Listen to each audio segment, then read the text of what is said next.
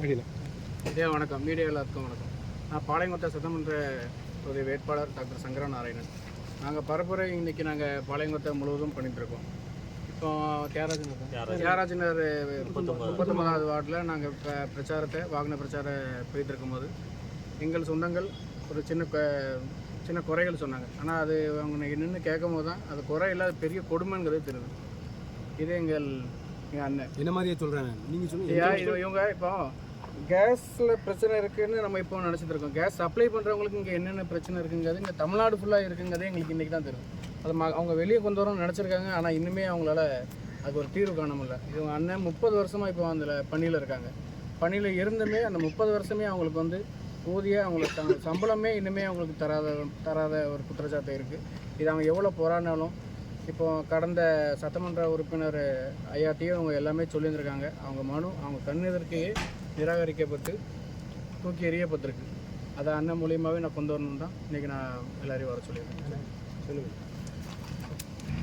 பத்திரிகை நிருபர்கள் அனைத்து நண்பர்களுக்கும் என்னுடைய வணக்கத்தை தெரிவித்துக் கொள்கிறேன். மற்றும் நாம் தமிழர் கட்சியினுடைய வேட்பாளர் அண்ணன் சங்கரா நாராயணன் அவருடைய முன்னிலையில் என்னுடைய தொழிலாளர் கோரிக்கையை முன்வைக்கிறேன்.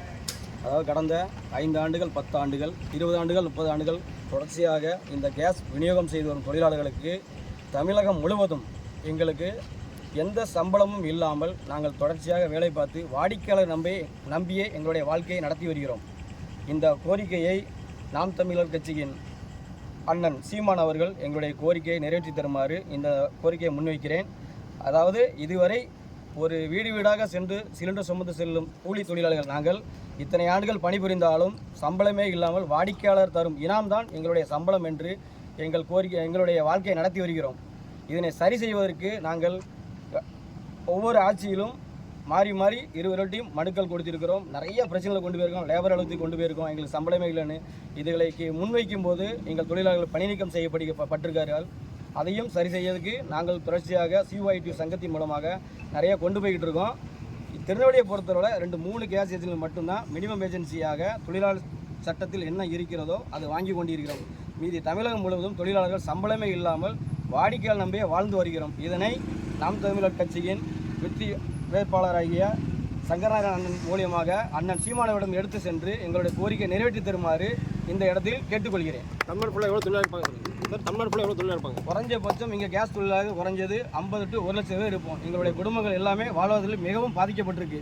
இதனை சரி செய்வதற்கு அண்ணன் குரல் கொடுத்து எங்களுடைய வாழ்க்கையை வெற்றி பெற செய்யுமாறு இந்த இடத்தில் கேட்டுக்கொள்கிறேன். இப்போதைக்கு வரவு எப்படி வருது? இப்போதைக்கு எங்களுக்கு மினிமம் ஏஜென்சியாக ஒரு தமிழகத்தில் நம்ம பாளையங்கோட்டை தொகுதியில் ஒரு 3 கேஸ் ஏஜென்சிகள் மட்டும் மினிமம் ஏஜென்சியாக ஒரு 13,000 சம்பளம் வந்துட்டு இருக்கு.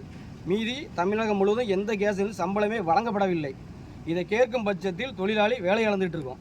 இதுக்கு எங்களுக்கு சரியான ஒரு சப்போர்ட் இல்லாமல் தான் இன்னும் போய்கிட்டு இருக்கோம். அதை சார்ந்து நாங்கள் COIT என்ற ஒரு தொழிற்சங்கம் ஆல் LPG ஒரு தொழிற்சங்கம் அமைத்து ஒரு போராட்ட காலத்தில் நின்று எங்களுடைய பணி இழப்பு இல்லாமல் இப்போதைக்கு பாதுகாத்து வருகிறோம். இதனை தீர்வாக அண்ணன் எங்களுக்கு முழுமையாக எங்களுக்கு கிடைக்கக்கூடிய அனைத்து சலுகைகளையும் தமிழகத்தில் எங்களுக்கு பெற்றுத்தருமாறு அன்போடு கேட்டுக்கொள்கிறேன்.